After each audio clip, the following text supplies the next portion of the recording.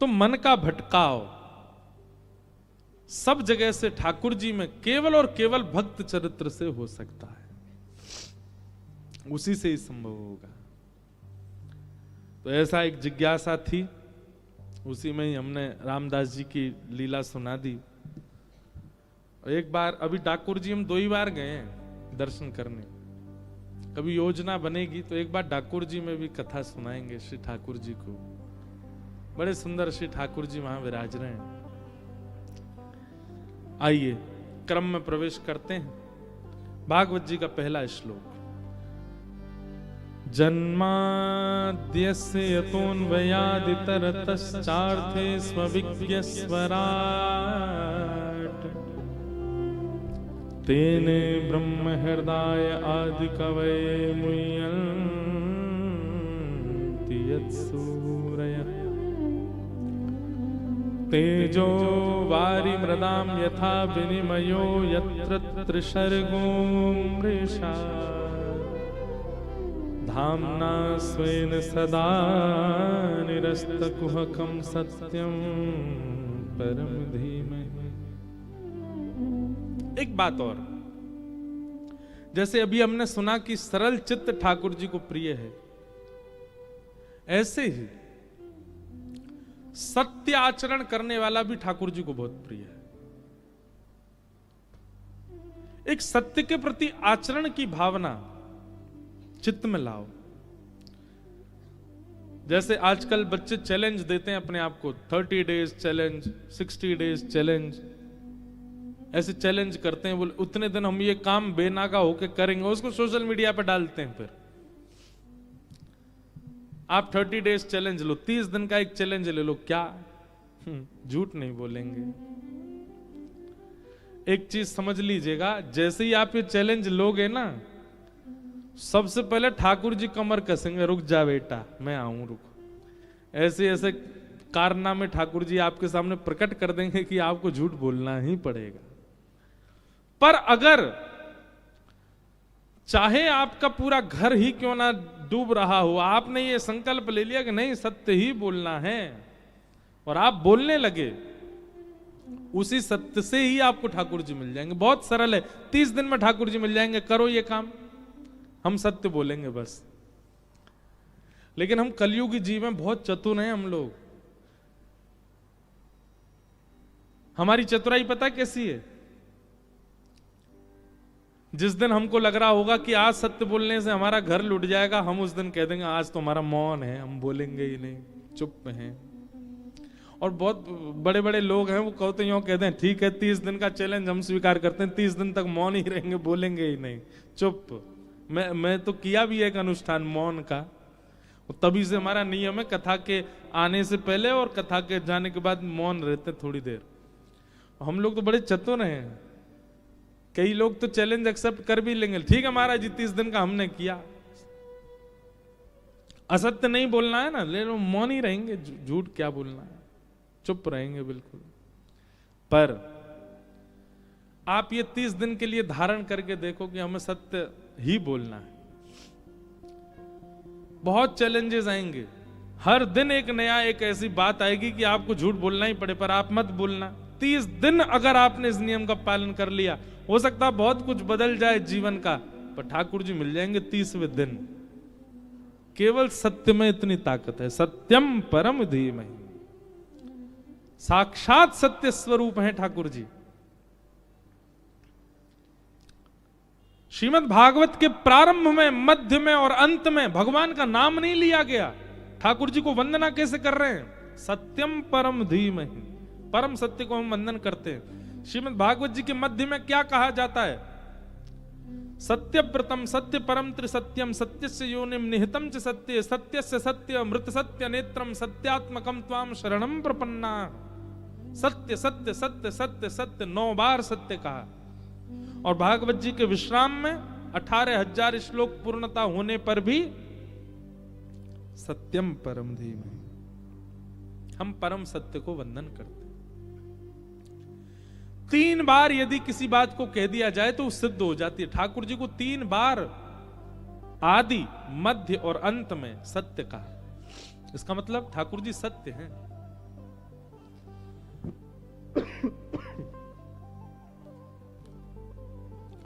कोई सत्याचरण का नियम बना ले, मिल जाएंगे ठाकुर जी उसको।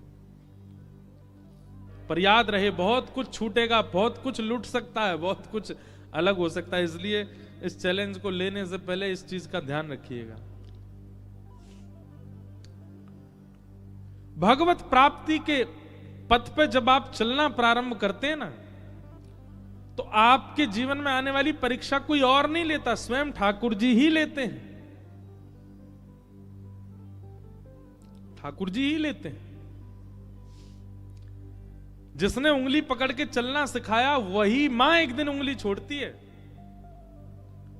बालक उस समय घबरा जाता है, इन्होंने मुझे क्यों छोड़ दिया, मैं गिर जाऊंगा।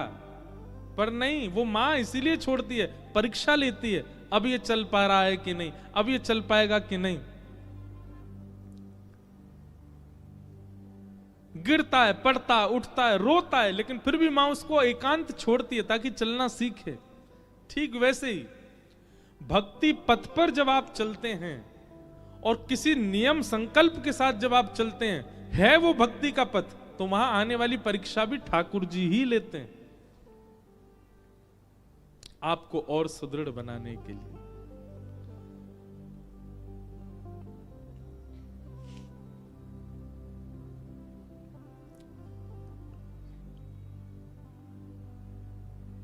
वाह,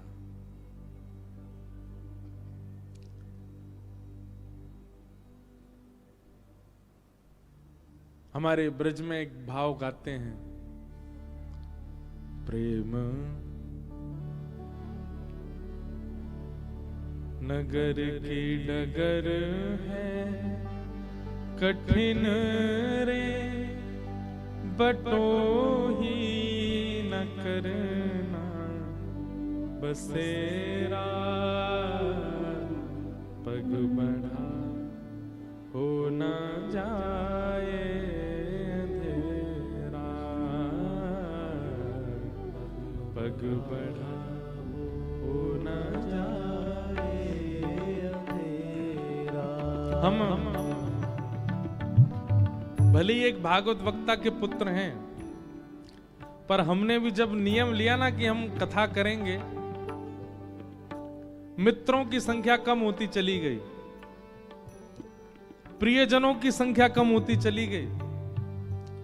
कहां तक कहें, किसी को बुरा लगेगा इसलिए स्पष्ट तो नहीं बोलेंगे, पर परिवार में भी कई बच्चे, कोई चार्टर्ड अकाउंटेंट है, कोई डॉक्टर की तैयारी कर रहा है, कोई कुछ कर रहा है, वो लोग भी ऐसे देखते थे ये तो क्या कथा करेगा।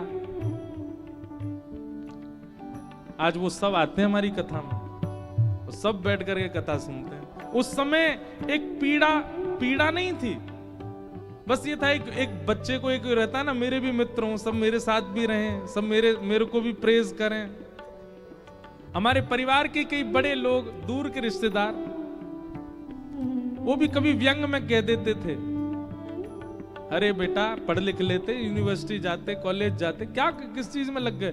हम ये लगता मैंने ये पढ़ाई नहीं है क्या, 6-6, 7-7 घंटे गुरुदेव पढ़ाते हैं, एक श्लोक शुद्ध नहीं बोल सकते आप, उन श्लोकों को बोलना सिखाते हैं, ये अध्ययन नहीं है। आज यूनिवर्सिटी कॉलेज के बच्चे कथाओं में आते हैं और जो समाधान उनको वहां नहीं मिल पाया वो कथा से लेकर के जाते हैं और अपना जीवन संभालते हैं। प्रारंभिक भक्ति के पथ में संकट तो आता है, सबको देखना पड़ता है, बस उस समय घबराओ नहीं। हमने शिखा रखी, स्कूल जाते थे, चोटी रखते, बच्चे खींचते थे, तो मैं अपने पिताजी से एक दिन रोते रोते बोला इसको कटवाओ, सब बच्चे खींचते हैं। हमारे पिताजी ने नहीं काटने थे, बल्कि अगले दिन से तिलक लगा के भेजने लगे, ले श्री लगा के जाओ। बच्चे छेड़ते, बिंदी लगा के आता है, बिंदी लगा के आता है, ऐसा बोलते थे। मुझे याद है बहुत पीड़ा होती थी, लेकिन उसको छोड़ा नहीं, करते रहे करते रहे करते रहे करते रहे। कोई अभिमानवश नहीं बोल रहा हूं, आपका आपके बच्चों का विश्वास बढ़े इसलिए बोल रहा हूं। अपने स्कूल में चीफ गेस्ट बन के जाते हैं अब हम अपने स्कूल के कार्यक्रमों में। मैंने कहा ये वही स्कूल है जहां बच्चे चोटी भी खींचे, जहां पे जबकि हमारे स्कूल ने हमको बहुत कुछ दिया, पर सब ये भाव तो सब बच्चे कुछ ना कुछ अनुभव करते हैं। आज वही परिवार के लोग कथा में बैठते हैं तो नेत्रों से आंसू झरने लगते हैं। हमारो लाला ऐसी कथा करे, हमारो लाला ठाकुर जी के समीप ले जा रहे है। मैंने कहा आप तो कह रहे थे कि यूनिवर्सिटी जाओ, इस सब में क्या रखा, पंडिताई क्या करोगे।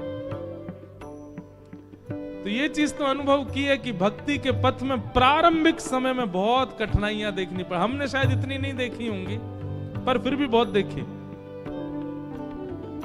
लेकिन पग बढ़ा हो न जाए अंधेरा, पग बढ़ा हो न जाए अंधेरा, ओ प्रेम नगर की डगर है कठिन रे, बटो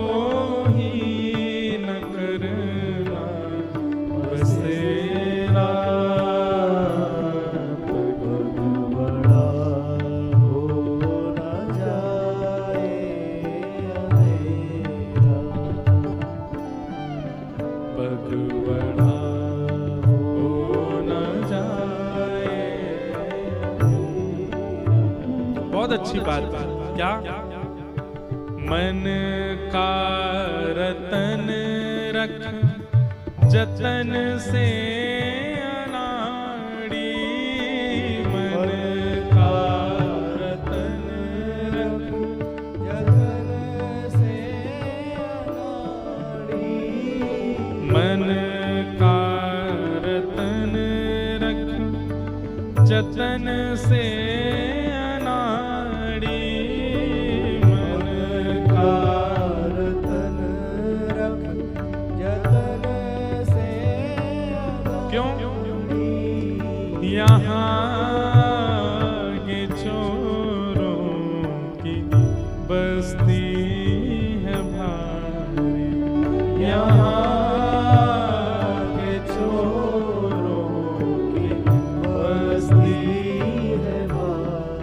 मन के चोर हैं सब। पूरी दुनिया केवल किस लिए? आपके मन को चुराने के लिए बैठी है। कभी कोई गायक चुरा लेता है, कभी कोई एक्टर चुरा लेता है, कभी कोई पिक्चर चुरा लेती है, कभी कोई व्यक्ति चुरा लेता है, कभी कोई स्त्री चुरा लेती है, कभी कोई पुरुष, कभी कोई खाने की वस्तु, कभी कोई शहर, कभी कोई देश, सब चुरा रहे हैं आपके मन को।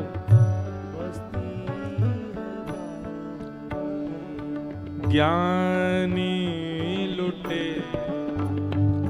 गुमानी यहाँ पल में लुट जाए लाखों का डेरा, बड़ा हो न जाए अंधेरा, बड़ा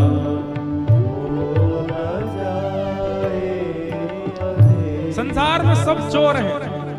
ध्यान पूर्वक सुनिएगा। द्वारिका की इस कथा में हमको पता नहीं एक अलग सी उमंग आ रही है, एक अलग सी लहर आ रही है। अब ये कितने दिन आएगी, कितने देर आती है, ये तो भगवान जाने। इसलिए सुन लीजिए, यहां हम बहुत कुछ अपने मन के भाव ही कह रहे हैं। चोर सब है संसार में, कभी कोई चुरा रहा है, कभी कोई चुरा रहा है। पर भैया वास्तविक में चोराग्र कन्या है द्वारिकाधीश। ये कथा किस लिए हो रही है भाई? चित्त को चुराया तो सब जगह जा रहा है, पर चित्त को वो चुराए जो चोरों का भी स्वामी है। ऐसा चित्त बन जाए कि वो चुराए उसको, और वो तभी चुराएंगे जब ठाकुर जी का एक स्वरूप है, पहले से चोरी हुई वस्तु को नहीं चुराते, नहीं चाहिए उनको। लेकिन हमारा मन तो बहुतों ने चुरा रखा है। मुंबई के गेटवे ऑफ इंडिया ने चुरा रखा कई लोगों का मन। भेलपुरी ने चुरा रखा मन, बड़ा पाव ने चुरा रखा मन। गुजरात की क्या बनती है वो फेफड़ा, फाफड़ा फेफड़ा नहीं, फाफड़ा, फाफड़ा अब रेंदु आगे नहीं बताऊंगा, और भी 2-3 आ गए थे याद। उसने चुरा, कई लोगों को सुबह सुबह उठते ही वही चाहिए, क्यों? मन चुरा रखा है। पर भैया इतनी जगह मन जब चोरी हो चुका हो तो ठाकुर जी की दृष्टि नहीं पड़ती। इसलिए हम मंदिर में जाते हैं, हमको ठाकुर जी ऐसे ही दिखते हैं, ना हिलते ना डुलते, ना नैन मटकाते, ना सिर झुकाते। क्यों? ठाकुर जी को इंटरेस्ट ही नहीं है आपके मन में। क्यों? पहले से ही चोरी करवा रखा है आपने। कथा में आओ, गुरुजनों के पास जाओ, गुरुजन क्या करेंगे? सारे चोरों से जहां जहां आपका मन चोरी हो गया सब जगह से छीन लाएंगे, सब जगह से लेकर के आएंगे, और जो जो आपकी चोरी हुई है हृदय की, वो सब वापस ला करके आपको दी जाएगी और कहेंगे अब जाओ। और फिर उसके बाद जब जाओगे तो जैसे मीराबाई को चतुर्भुज ठाकुर जी थोड़ी पे हाथ धरे दिखे, द्वारिकाधीश, जैसे रामदास बोढ़ाना को ठाकुर जी अपनी पोटली उठा के कमर पर टांगते भय चलते भय दिखाई दिए, वैसे दिखने लग जाएंगे। ये कथा किसके लिए है? जहां जहां चोरी हो रखा है सब जगह से इकट्ठा करो, लाओ अपने पास और प्रस्तुत कर दो, वो चोरी करें इस चित्त की। ज्ञानी लुटे गुमानी यहाँ पल में, लुट जाए लाखों का डेरा, पग बढ़ा हो न जाए अंधेरा, पग बढ़ा हो न जाए अंधेरा। प्रेम नगर है कठिन है, बटोही न करना बसेरा, पग बढ़ा हो न जाए अंधेरा, पग बढ़ा हो न जाए। अब चोर की बात हुई तो हमको सूरदास जी का एक पद याद आ गया, और गाएंगे तो नहीं पूरा, पर उसका भाव सुना देते हैं। देखें तो सब चोर जगत में, देखें तो सब चोर। गाओ, ऐसे दोहरा दो। देखो तो सब चोर जगत में, देखो तो सब चोर। कैसे? राज के चोर हैं राजा रानी, राज के चोर हैं राजा रानी। और कान पकड़ के क्षमा मांगते हैं अगर किसी के भाव का नाम यहाँ आ जाए तो, पर ये सूरदास जी की वाणी है। ये सूरदास जी ने पद पता कब लिखा? जब सब ठाकुर जी को चोर बोलने लगे। सूरदास जी बोले अच्छा, हमारे ठाकुर जी के पीछे हाथ धो के पड़ गए हो, वो चोर हैं, वो चोर अग्रगण्य है, ऐसे कौन चोर नहीं है ये बताओ। देखो तो सब चोर जगत में, देखो तो सब चोर। राज के चोर हैं राजा रानी, राज के चोर हैं राजा रानी। और शहर चोर व्यापारी,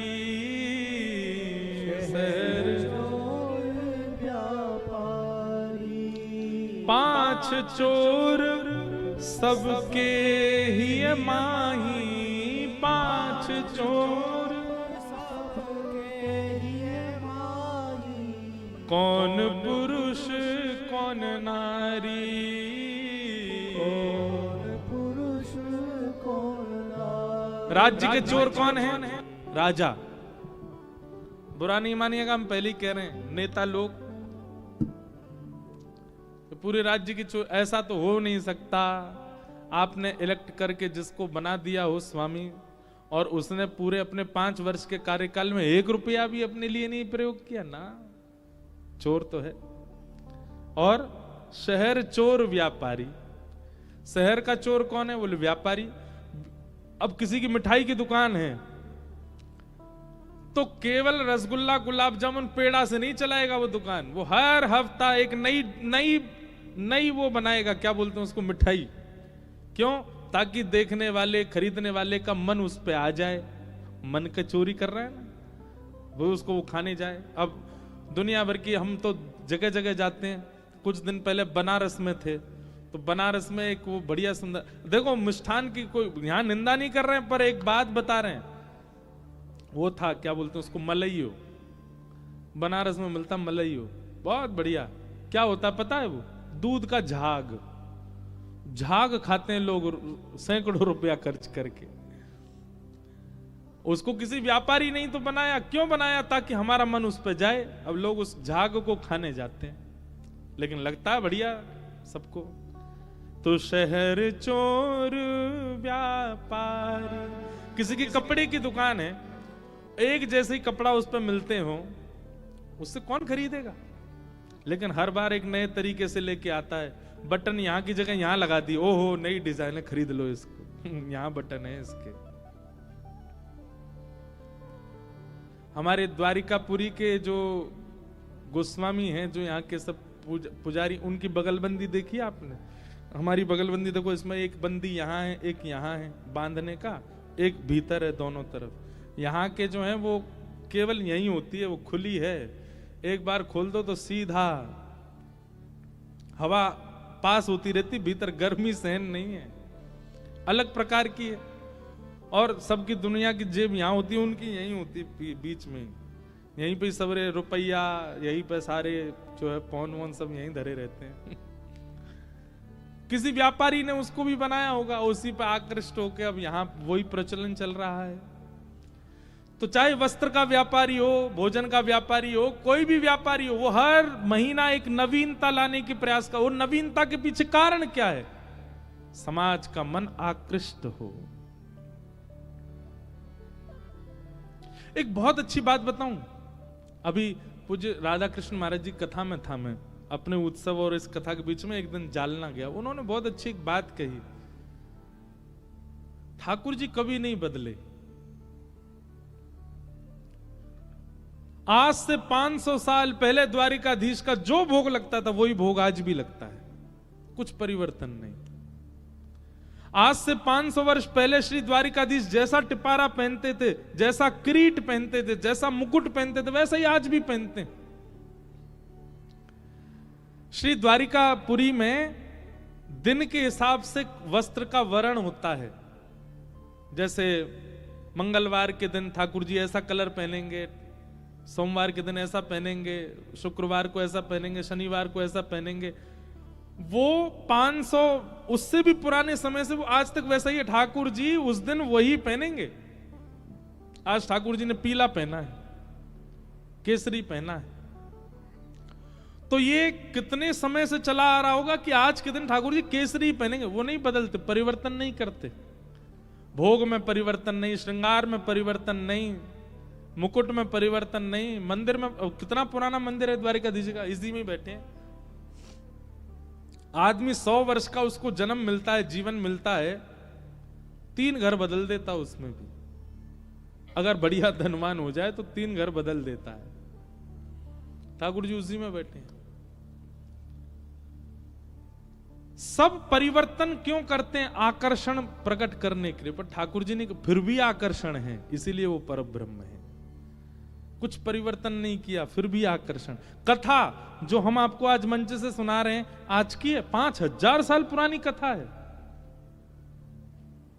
वही श्लोक हैं, वही परंपरा है, वही 7 दिन है, वही नियम है, वही कथा है, पर फिर भी उसके प्रति आकर्षण, फिर भी उसके प्रति वह भाव, वह प्रेम, वह सुनने की उत्सुकता। इसीलिए ये पुराण है, ये ग्रंथ नहीं है, ये किताब नहीं है, पुराण है। इसीलिए कृष्ण स्वरूप है, क्योंकि जितनी बार सुनो उतनी बार नहीं है। कितने श्रोता ऐसे हैं वो लगभग कथाओं में आते हैं, अब उनसे पूछा जाए आप तो पिछली कथा में भी थे, उससे पहले भी थे, पर नहीं, हर बार नया है, नूतन है। कथा का स्वरूप हर बार नया होता है, इसीलिए तो उनकी रुचि बढ़ रही है। पर कथा वही है, व्यासपीठ वही है, व्यास जी वही है, मंच वही है, पर फिर भी नवीनता, इसीलिए वो परब्रह्म है। कुछ नया ना करते हुए भी नया नया प्रकट होता है, इसीलिए वो परब्रह्म है। तो 5 चोर सबके ही माही, 5 चोर हम सबके अंदर हैं। नाम बताओ इन 5 के।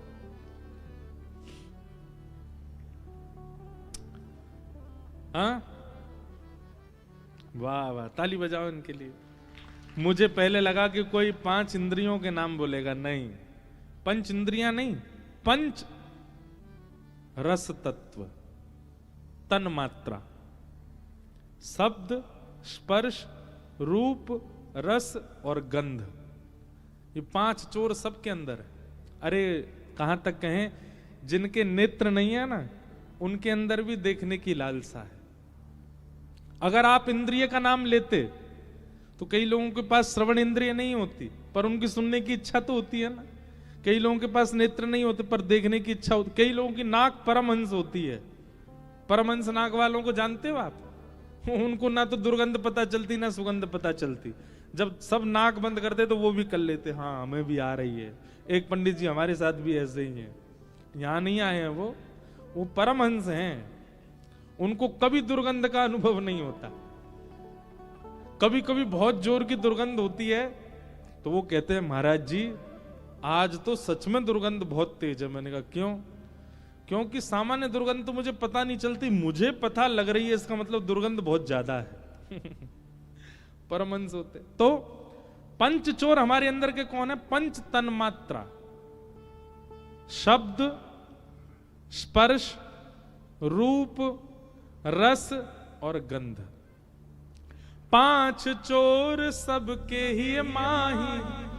हम सब पूरी दुनिया में अगर कहीं भी कोई गलत काम कर रहे हैं तो इन 5 की वजह से ही कर रहे होंगे। या तो कोई रूप के लिए कर रहा है, या कोई रस के लिए कर रहा है, या कोई स्पर्श के लिए कर रहा है, कोई गंध के लिए कर रहा है। कौन पुरुष कौन नारी, कोई पुरुष नारी में भेद नहीं रहता है, 5 सबके भीतर है। और ये तो रही संसार की बात। सूरदास जी अगली पंक्ति में क्या कहते हैं? ब्रह्मा चोर आए वृंदावन, बालक बच्छ चुराए। ब्रह्मा जी ने क्या किया? वृंदावन आकर के ठाकुर जी के ग्वाल बालों का हरण कर लिया। लो हैं तो ब्रह्मा, और क्या कर रहे हैं? चोरी। बालक बछड़ों की चोरी कर ली, कथा सबने सुनी है। ठाकुर जी के ही ग्वाल बाल चुरा लिए ब्रह्मा जी ने। इंद्र चोर पृथु का है चोर्यो, बहु पाखंड बनाए। पृथु महाराज ने, भागवत जी में कथा आती है, अश्वमेध यज्ञ किए और उनके 100वां यज्ञ जैसे ही होने वाला होता, इंद्र उनका अश्व चोरी करके भाग जाता। वैसे तो है इंद्र, चोरी करने में लज्जा नहीं हुई। अब देखो अगली पंक्ति कैसी कह रहे हैं? शंकर चोर, शिव जी भी चोर हैं। भैया ने गूंज मत करे, शंकर जी चोर हैं। जिसका कार्य है वही संभालें कृपा करके। क्या बता रहा तुम? हाँ, शंकर जी चोर हैं। क्यों चोर हैं? शंकर चोर हरत बहु अवगुण, सामने आने वाले के अवगुण चुरा लेते हैं। उसके अंदर जितने अवगुण हैं सबको निकाल देते हैं। शिव जी के सन्मुख जाती उसके अवगुण नष्ट हो जाते हैं। शंकर जी भी चोर हैं। क्या बोले? हरत बहु अवगुण, सबके अवगुण चुराते हैं। शिव शिव जोई पुकारे। आप लोग द्वारिका आए हैं, नागेश्वर जरूर जाइएगा, और समय मिले तो सोमनाथ जाइएगा। लेकिन ऐसा समय मत निकाल के जाना कथा छूटे। कथा छूटी तो महादेव दंड देंगे। इसलिए कथा छोड़ के मत जाना, ऐसे समय पे जाना कि लौट के समय से पहले आ जाओ। शंकर चोर हरत बहु अवगुण, शिव शिव जोई पुकारे। समाज बैठा है, हजारों की तादाद में वैष्णव बैठ करके करताल बजा के तुकाराम जी के कीर्तन में आनंदित हो रहे थे। और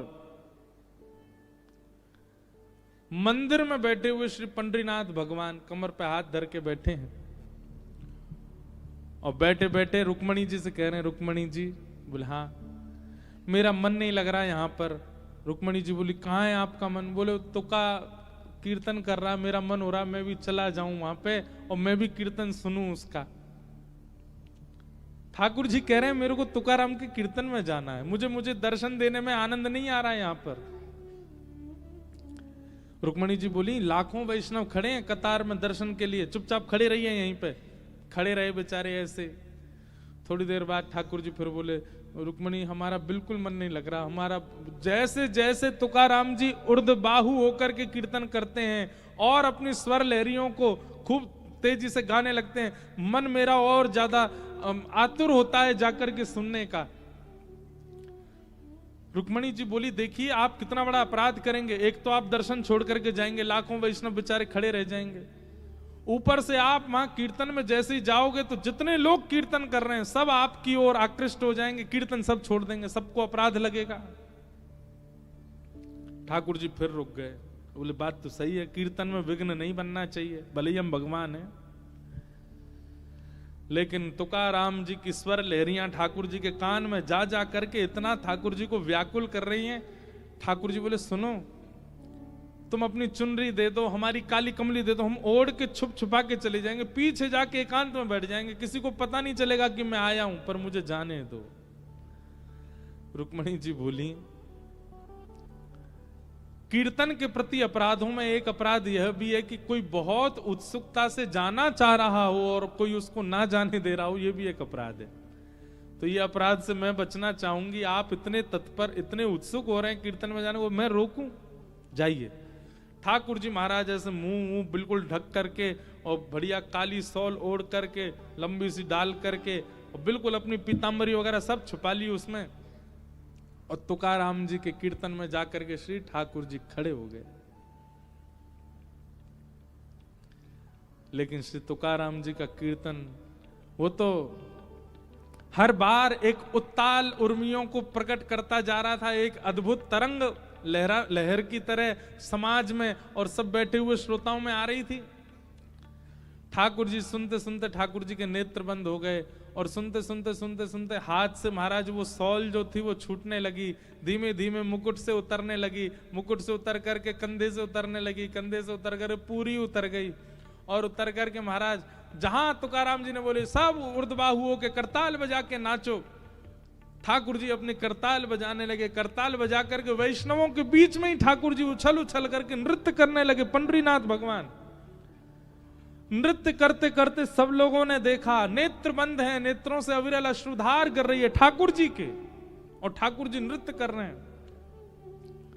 अबीर गुलाल उधरी तरंग, नाथा घरी नाचे माझा सखा पांडुरंग, नाथा घरी नाचे माझा सखा पांडुरंग।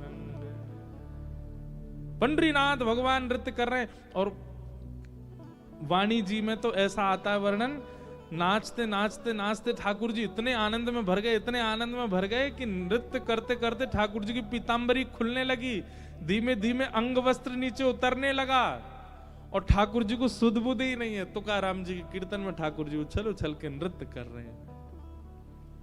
ऐसे श्री तुकाराम जी। तो ये भाव हमने क्यों गाया? सूरदास जी कह रहे हैं ये संत भी चोर हैं। बोले क्यों? क्योंकि इन संतों ने त्रिभुवन ठाकुर जी का चित्त अपने वश में कर लिया। संत चोर हरि ही चुराए, जो त्रिभुवन बेस्तारे।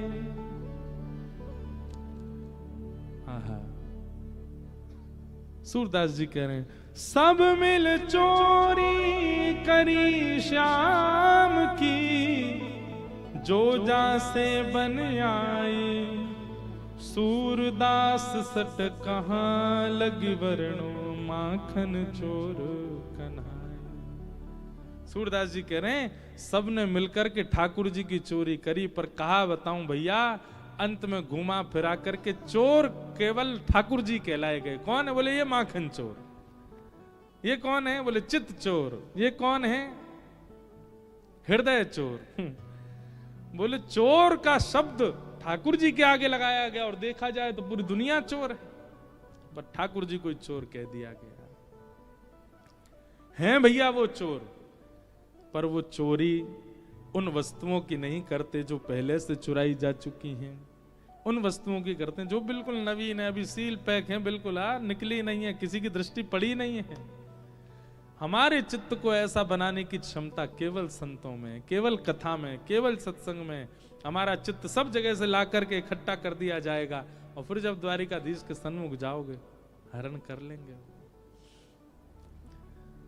ऐसे परम सत्य परमात्मा को हम बारंबार प्रणाम करते हैं। सत्यम परम धीमहि।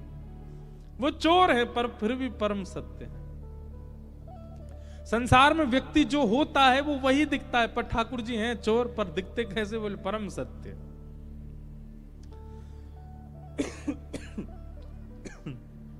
एक लीला है हमारे ब्रज की कि दुर्वासा जी आए, बड़ी प्रसिद्ध लीला है।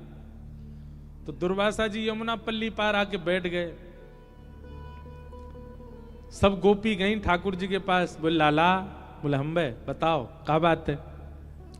बोले एक महात्मा आयो ब्रजमंडल में। ठाकुर जी बोले अच्छा कौन सा महात्मा? बोले दुर्वासा नाम है वाको। गोपी से ठाकुर जी बोले तो कहा काम है? मोते कहा काम बताओ। बोले हम सब उनको दर्शन करनो चाहे, हम सब उनको प्रणाम करनो चाहे।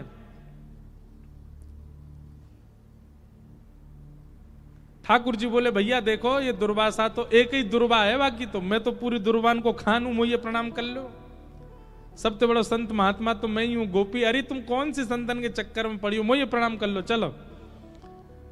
अब गोपी बोली तुम्हें तो रोज ही कर ले, अब एक बार कृपा कर दो दुर्वासा जी के दर्शन करने। ठाकुर जी बोले कहां है दुर्वासा जी? बोले यमुना पल्ली पार। तो चली जाओ दर्शन कर आओ। बोले यमुना जी में बाढ़ आ रखी है, खूब जोर से जल बहरो, कैसे जाएं, डूब जाएंगी। ठाकुर जी बोले तो मैं कहा करूं, मेरी नाव तो छोटी सी है, मैं ना बैठाऊंगा मैं तुम सबन ने। तुम ऐसी मोटी मोटी धाम धुल्ला सी बैठ जाओगी, डूब जाएगी मेरी नाव। नंद बाबा ने छोटी सी नाव बनाए के दइए मोह ना। लाला हम यूं कह रही हैं कि तू कहतो रे कि तू जय जय, तू परमात्मा है, तू परमात्मा है, तूने कछु करके दिखा यमुना जी में हमारे काजे मार्ग प्रकट करवाए थे। ठाकुर जी बोले अच्छा तुझे बात है, मार्ग चाहिए यमुना जी थे? बोले हाँ। तो बोले एक काम करो। बोले कहा यमुना जी के तट पे जाओ और यमुना जी को जल अपने हाथ में लियो, और यमुना जी को जल हाथ में लेकर के और यमुना जी से कहियो हे श्री यमुना मैया, यदि नंद नंदन योगेश्वर कृष्ण ये योगेश्वर हैं, ये योगियों के भी ईश्वर हैं, पर स्त्री को कभी स्वप्न में भी नहीं देखते हैं, स्पर्श करना तो बहुत दूर की बात। यदि इन नियमों का पालन कृष्ण ने भली भांति किया हो तो आप हमको मार्ग प्रदान कर दो। गोपी सब बोली अच्छा, और जो कल हमारे संग रास विहार कर रहे वो? ठाकुर जी बोले देख मेरी बात तू जाके कहे, यमुना मार्ग नहीं दे दे तो कहियो। सब गोपियां गई यमुना जी को जल हाथ में लेके बोली अगर नंद नंदन श्री कृष्ण पूर्ण योगेश्वर हैं, कभी किसी पर स्त्री का स्वप्न में भी चिंतन ना करते हो, तो हे यमुना जी हमको मार्ग दे दो। इतनो कहते ही महाराज यमुना जी का जल एक तरफ रुक गया, आगे वाला बह गया, मार्ग प्रकट हो गया। गोपियां सब आश्चर्यचकित हो गई। ठाकुर जी दूर खड़े खड़े बोले कहो है ना योगेश्वर हम? बेमतलब पे हम पे तुमने सबने जो है का उल्टे सीधे बात बना रखी है। देखो पर स्त्री का चिंतन स्वप्न में भी नहीं करते। देखो यमुना जी ने मार्ग दे दिया। गोपी सब ठाकुर जी तो बोली लाला तो बड़ो कृपा हमको मार्ग। अब हम दुर्वासा जी पर जा रही हैं, कहाँ लेके जाएं? बोले बढ़िया 56 भोग बना के लेके जाओ ग्रंथ। सब गोपियां अपने घर से बढ़िया बढ़िया सामग्री लेकर के गईं। पल्ली पार पहुंच गईं, दुर्वासा जी के दर्शन किए, दुर्वासा जी को प्रणाम कियो। दुर्वासा जी हम सब ब्रज की गोपांगनाएं हैं, आपके दर्शन को आए। दुर्वासा जी बोले अच्छा आओ, क्या लेके आई हो? बोले हम सब सामग्री लाई, आपकी इच्छा हो तो हम ब्रजवासियों में एक गुण बताएं आपको, ब्रजवासी और कुछ नहीं जानते, पवाना बहुत अच्छा जानते हैं। अब धीरे धीरे दिल्ली की बहुत नजर पड़ गई है वृंदावन पे, इसलिए ब्रजवासी पवाते कम है, ब्रजवासी पवाते बहुत हैं। संतों में प्रसिद्धि है कि भाई ब्रज के ब्रजवासी पवा में बहुत जोड़ते, बहुत बढ़िया पवा में। हमारी पूज्य नानी, उनका तो ऐसा स्वरूप स्वभाव था कि वो कहीं भी जाती थी ना तो राशन अपने बैग में ही धर के ले जाती। कोई संत मिल जाए, बाबा नेक में कछु पवाए दूं, वहीं अग्नि चेताई, लकड़ी जराई और वहीं कछु बनाए के पवा देती। ये उनको स्वरूप। हमारे वृंदावन के जितने संत हैं सब हमको जब भी मिलेंगे तो सब कहते जरूर हैं, कभी कभी कोई याद आ जाए नाना जी की नानी, बोले इंद्रेश जी आपकी नानी जी तो बहुत बढ़िया, कहीं भी कुछ चूल्हा चेताए के पवा देती। ये ब्रजवासियों का स्वरूप है। सब ब्रजांगना गोपियां गईं और दुर्वासा जी से बोली आपकी आज्ञा हो तो हम आपको पवा दें। दुर्वासा जी बोले हाँ लाओ, सामग्री लाओ। एक गोपी ने पत्तल रखी, पत्तल में पूड़ी धरे, सब्जी धरे, रायतो धरे, जो जो सामग्री लेके गई सब धरती जाए। दुर्वासा जी पत्तल की ओर देख रहे, बोले क्या कर रही हो लाली? बोले आपके लिए पत्तल सिद्ध कर रहे हैं। दुर्वासा जी बोले ये सब हटाओ, सामग्री पूरी पूरी धर दो सामने। पूड़ी की डलिया, सब्जी के बर्तन सब सामने धर दिए और दुर्वासा जी उठा में और उठा के सब डलिया की डलिया मुख में डाल लें। एक बार में महाराज मुख नहीं कुआं बन जाए और सब एक साथ ही उड़ेलते जाएं और प्रेम से पाते जाएं। गोपियां सब देख करके बोले बाबा सच में तपस्वी हैं। सबने दर्शन किए, दर्शन करके सब गोपी बोली बाबा यहाँ आवे के काजे हमने यमुना जी से प्रार्थना करी, लाला ने एक उपाय बतायो, सुबह से मार्ग मिल गयो, अब हम वापस जानो चाहमे, यमुना जी में बड़ी बाढ़ है, आप कोई उपाय बता दो, आप तो बड़े सिद्ध महात्मा हो, बताओ। एक क्षण में तो आप सबरी पत्तल की पत्तल कहा, डलिया की डलिया उड़ेल ली आपने मुंह में। हमारे काज कछु उच्छिष्ट भी नहीं छोड़ो। अब यहां से वापस जावे को कछु आप उपाय बता दो, कोई मंत्र बताए दो। दुर्वासा जी बोले यमुना जी पे जाओ, यमुना जल लेकर के कहना श्री दुर्वासा जी केवल दूरवा ही खाते हो और कुछ भी कभी सेवन ना करते हो, तो हे यमुना मैया हमको मार्ग दे दो। गोपी सब एक दूसरे देखने लगे, बोले अभी जो हमारे 56 भोग चट्ट कर दिए वो ये कह रहे हैं दूरवा खाते हैं। दूरबा मतलब घास, एक घास। दुर्वासा जी बोले जाओ जाओ यमुना जी से कहो। सब गोपी गई, हे यमुना मैया दुर्वासा जी अगर एक दूरबा ही खाते हो तो आप मार्ग दे दो। इतने में यमुना जी एक तरफ रुक गई, एक तरफ का पानी निकल गया, मार्ग मिल गया। सब गोपियां उस पर पार हो गई, पर ताम्रवर्ण हो रहा था सबके मुखमंडल का। पल्ली तरफ ठाकुर जी खड़े। ठाकुर जी कहो गोपी दर्शन है गए दुर्वासा जी के, कैसे रहे दर्शन? आज कहां प्राप्त कियो सत्संग में? गोपी बोली एक ही चीज प्राप्त करी। बोले कहा?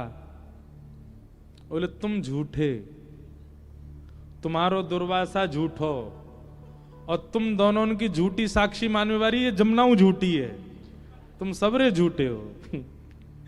बोले तुम कह रहे हो तुम परम योगेश्वर और वो दुर्वासा जी कह रहे हो वो दुर्वा खाते हैं और दोनों की साक्षी दे रही है ये यमुना। ठाकुर जी बोले प्रत्यक्ष दृष्टि से देखोगे तो ये झूठ दिखेगो, लेकिन वास्तविकता यही है कि मैं योगेश्वर हूं। स्त्री पुरुष का भेद मेरे चित्त में नहीं आता। कभी किसी पर स्त्री क्या, किसी का भी काम भाव से तो चिंतन मैंने किया ही नहीं है, इसीलिए यमुना ने मार्ग दिया। और दूसरी बात, दूर्वासा जी, वहां दुर्वासा जी को आपने 56 भोग दिए, प्रत्यक्ष दृष्टि में आपको लगा कि उन्होंने सब पाया, पर अप्रत्यक्ष भाव से वे दूर्वा ही ग्रहण करते हैं। उनका किसी वस्तु के प्रति कभी पूड़ी खाई, सब्जी खाई, खीर खा गए, कड़ी खा गए, ये प्रत्यक्ष दिखा, पर उनके मन ने कुछ भी स्वीकार नहीं किया। वो प्रत्यक्ष भाव से दुर्वासा ही हैं। और इन दोनों की साक्षी मानने वाली यमुना, ये परम सत्या है। अप्रत्यक्ष भाव से मेरा रूप दिखा नहीं है, इसलिए तुमको बहम लग रहा है। ठीक वैसे ही बंधुओं, ठाकुर जी को चोर चोर चोर सब जगह कहा गया, पर ठाकुर जी चोर नहीं, ठाकुर जी रक्षक हैं। हम सबको कहीं हमारी चोरी हो ना जाए उससे बचाने वाले ठाकुर जी। ऐसे परम सत्य श्री ठाकुर जी को हम प्रणाम करते हैं। सत्यम परम धीमहि, ऐसे परम सत्य परमात्मा को हम वंदन करते हैं। श्रीमद् भागवत के 2 श्लोक में विषय, अधिकारी, संबंध और प्रयोजन, 4 बातें बताई गई। धर्म प्रोजित कई तवोत्र परमो निर्मत्सराणाम सता,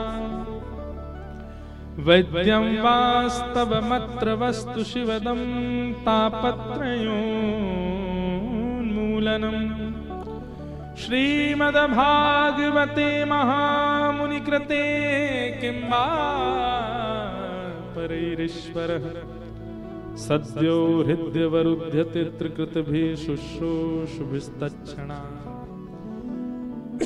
ध्यान से सुनिएगा। सबसे पहली बात, भागवत जी का विषय क्या, मैं बहुत विस्तार से इस भाव को बताता हूं, यहां भी बताऊं। धर्म प्रोजित कई तवोत्र परमो, परम धर्म की इच्छा चित्त में प्रकट होना, यह भागवत का विषय है। धर्म और परम धर्म, ये 2 बात होती हैं। धर्म होता है देह कल्याण और परम धर्म होता है आत्म कल्याण। आप भोजन करते हैं, आप सोते हैं, आप जलपान करते हैं, ये सब धर्म कहलाते हैं। आप 10 बजे सो जाते हैं, 11 बजे तक नहीं उठते हैं, यह भी धर्म है। आप 4 बजे सुबह उठ जाते हैं, यह भी धर्म है। आप दर्शन के लिए द्वारिका जाते हैं, यह भी धर्म है। आप परिक्रमा प्रदक्षिणा करते हैं पैरों से, यह भी धर्म है। पर परम धर्म क्या है? परम धर्म जहां देह प्रधान नहीं है, आत्मा प्रधान है, उसको परम धर्म कहा जाता है। कथा सुन रहे हैं, ये क्या है? ये परम धर्म है। यहां देह प्रधान नहीं है। कथा में आपके देह को कुछ भी प्राप्त नहीं होगा, आत्मा को प्राप्त होगा। सत्संग में देह को नहीं मिलता है, आत्मा को प्राप्त होता है। हमारे वृंदावन के पूज्य श्री प्रेमानंद जी महाराज, उनका प्रवचन लाखों लोग सुनते हैं, करोड़ों लोग सुनते हैं। और 2 बजे महाराज रात में इतनी कड़ाके की सर्दी में भी लोग खड़े रहते हैं उनके दर्शन को। क्यों? देह को नहीं पोषण किया उन्होंने, चित्त को पोषण किया, आत्मा को पोषण। और जब आत्मा पोषित होती है ना, तो व्यक्ति देह के अभिमान से परे हो जाता है। आत्मा जब पुष्ट हो जाती है तो देह का फिर अभिमान नहीं रहता व्यक्ति को।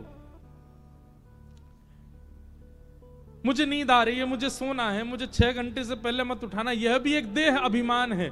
परंतु परम वैष्णव वीतराग भक्त होता है ना, वो केवल उतना ही सोता है जितने में उसका काम हो जाए। कई बार तो भक्त जन ऐसे भी हैं, वो ज्यादा से ज्यादा, हमारे ब्रज में तो कई ऐसे भक्तों के मैंने दर्शन किए, 2 घंटा सोते हैं बस। साइंस घूम जाती है, डॉक्टरों का सिर घूम जाता, बोले ये हो ही नहीं सकता, 2 घंटा कोई कैसे सो करके जीवित रह सकता है? पर रहते हैं। जब आत्मा पोषित होती है तो देह दास बन जाता है। अभी क्या है? अभी हमारा देह स्वामी है और आत्मा उसकी दास है। भागवत जी क्या करती हैं? भागवत जी आत्मा को स्वामी बना के देह को दास बनाती है, फिर आत्मा अपने कल्याण के मार्ग पर चलने लग जाती है। देह की प्राधान्यता नहीं होती। ये सब बातें बहुत बहुत ध्यान से सुननी है आपको। अभी देह प्रधान है हमारा, पर जिस दिन आत्मा प्रधान हो जाएगी आप देह को गौड़ मानने लग जाओगे, देह की इतनी चिंता आपको नहीं होगी। हम लोग सुनते हैं सतयुग त्रेता द्वापर में हजार हजार वर्ष तक तपस्या कर रहे हैं, 500 वर्ष तक तपस्या कर रहे हैं, और इस